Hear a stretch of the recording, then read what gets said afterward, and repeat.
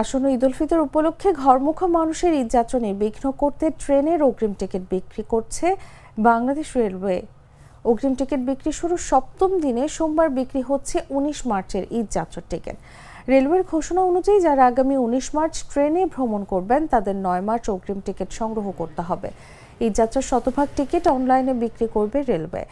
যাত্রীদের টিকিট কেনা সহজ করতে পশ্চিমাঞ্চলে চলাচলরত সব আন্তনগর ট্রেনের টিকিট সকাল ৮টা থেকে এবং পূর্বাঞ্চলে চলাচলরত সব আন্তনগর ট্রেনের টিকিট দুপুর ২টা থেকে বিক্রির সিদ্ধান্ত নেওয়া হয়েছে।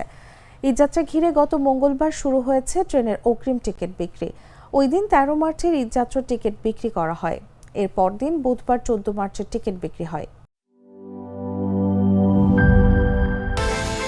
বিকাশ পেমেন্টে ১০,০০০ টাকার বেশি অফার। শপিং চলছে তো।